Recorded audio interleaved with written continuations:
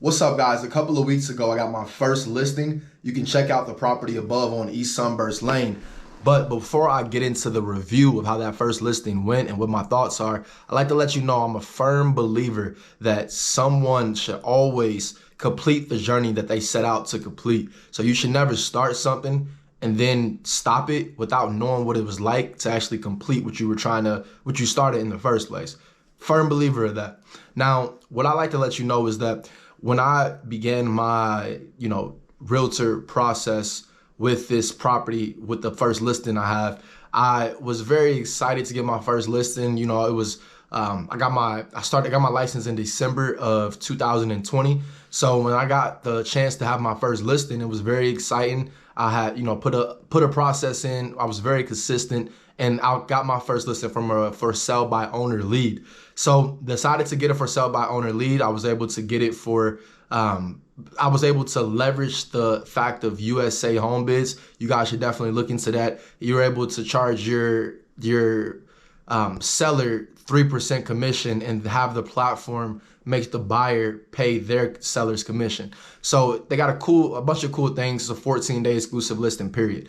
That being said, I felt that it was a great opportunity for me, and I decided to go ahead and join USA Home Biz as a certified agent there. And then I got, my journey started with for sale by owner calls, and that's what I was doing. 3 months later, or 4 months later, excuse me. Well, I guess it was 3 months. 3 months later, I got my first listing back in March 25th. Posted the video on YouTube again, just the walkthrough. And that was a whole story within itself, finding somebody to do the recording. But once I got the actual chance to have the property listed, it was the listing process itself is what gave me the conclusion that I have today.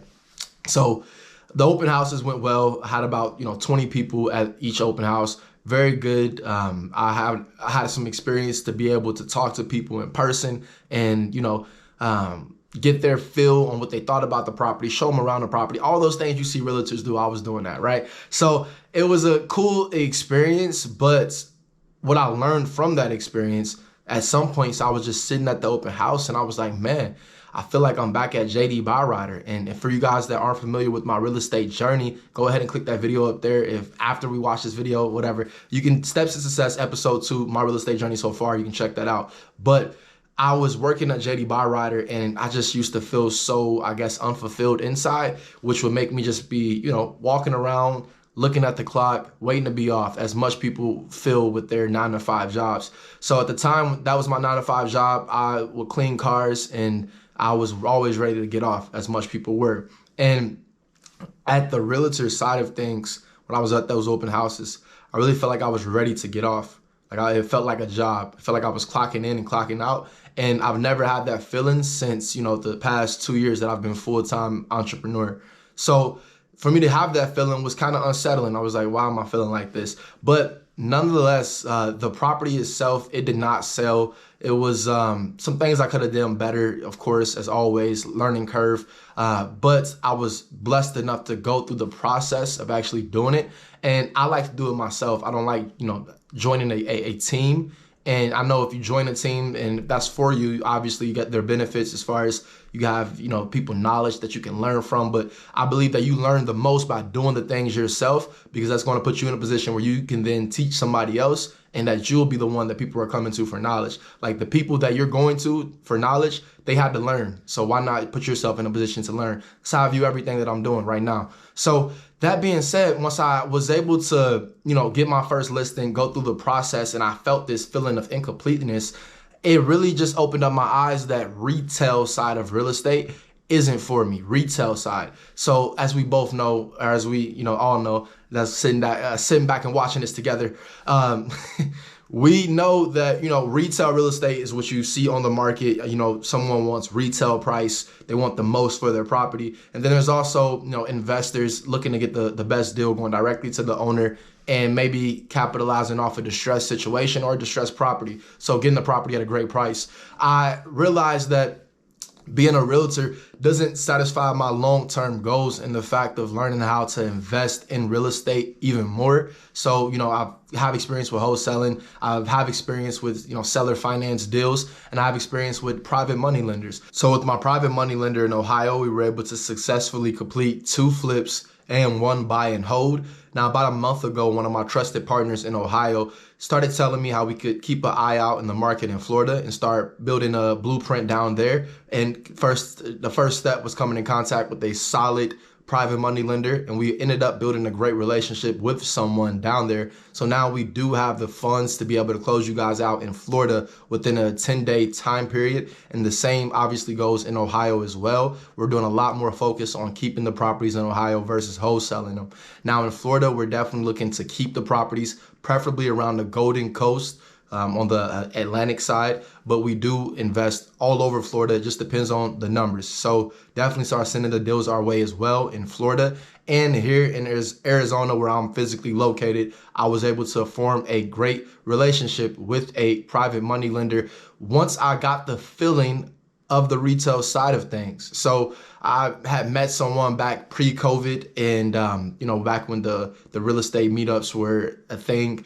Now they're virtual, but was able to meet someone and talked a bunch, and they told me everything that's needed, told me they can get us closed out within a 7-day time frame. 5 days here from the standpoint of business days. So be able to close out within 1 week, and they know how fast things move in this market. So send me over your deals. If you have something you're looking to, get closed out fast, send them over to me. As long as the numbers make sense, I will be able to get you closed out within a week. That being said, guys, after I realized that I told you retail real estate was not for me, I started putting more focus into the investment side of real estate. And that's where I want to, long-term take my business and, take my career. So with the retail side of real estate, I'm aware that, open houses doesn't mean that's not just what being a realtor is about as far as having an open house. Very aware of that, guys, 100%. But as far as your time and what you do with that time, now I'm coming from an investment background. When I started first becoming a realtor, the whole meeting people in person from the standpoint of having to go on showing appointment settings, I never looked at that as too much as a victory from the standpoint of having an appointment setting, because you get there, and if your game plan is to change someone's mind, it's just like the time that it takes to drive out and do all of this. And, with the market being as hot as it is right now, although I did get a for sale by owner opportunity, I believe that was a completely 100% had to do with me being a USA HomeBid certified agent, because the opportunity I was able to provide my client was a lot different than what agents that are not USA HomeBid certified can provide their clients. So definitely check that out if you're a realtor, looking to set yourself apart in your market. But again, the whole going on appointments and, changing people's mind and all of that, it just didn't make sense to me to keep on spending that time. And that time wasn't fulfilling to me, just not to me. So maybe it's for somebody else, but not to me. For the standpoint of being an investor, and, being an investor is thinking like an investor. And you really want to think like an investor more than a realtor. So when I first started this journey again, I was excited to be a realtor out here in Arizona, and the realtor side of things. Now, the difference and emergence of mindset is now I'm focused on investing side of things, and my realtor license, I still have that. So I'll use that as a tool, as I said, for certain properties that, I have to put back on the market, and I'll be able to give those to my team members and, use the EXP model to basically leverage my real estate investing side, not make it focused on retail side of things. And, frankly, guys, the market retail real estate the retail real estate market, as far as obviously the market is hot right now, but the market is it's really not hot. It's not a good time to buy from the standpoint of if you're a buyer buying right now. I mean, it really doesn't make sense. But obviously from a a, agent perspective, they're going to want to get their money. So their buyers are buying off of emotions. So all of that being said, it doesn't put you in an investor mindset. You're looking more in a consumer mindset. And I got some great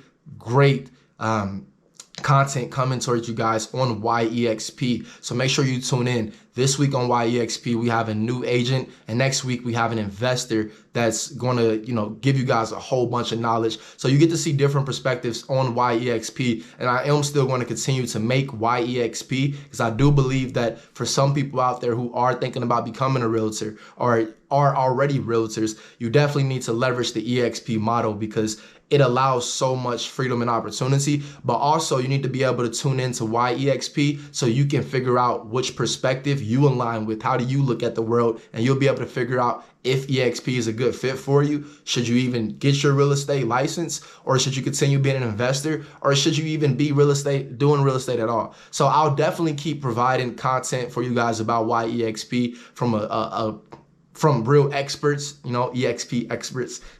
So I'll definitely keep providing the content to you guys. Don't worry about that. I just wanted to give you an update on where I'm at personally with my real estate license. As I said, got my license in December, got my first listing, and it was a 2-week listing. Again, that's another difference with USA HomeBiz. It allows you to do a 2-week listing period. So I did that 2-week listing period, and I figured out it wasn't for me, but I set out to accomplish something. I accomplished it. And it isn't about the money. It never was with me as far as the realtor side of things. I love investing. The freedom that investing allows, obviously you have to be consistent and committed, but the freedom that it allows, it doesn't really compare to the standpoint of the realtor side. So, and that's just from the financial side of things, guys. Obviously, you can leverage your time both ways. You can set your things up both ways forever who you are. I'm just talking about what works best for me. That's it. That's why I'm coming to bring you this content. So now that you guys know what works best for me, you can decide that if you're like me, maybe what'll work for you and what won't work for you. I can tell you that now EXP Realty and my real estate license is nothing more than a tool for me to really grow my investment mindset and my investment portfolio. That's where I'm at. So make sure you send me those deals in Ohio, Florida, and Arizona. Send me your deals and let's make some money. Send me your deals and go ahead and subscribe, like, share, all of that. Do all of that. Send me your deals. Thanks for watching.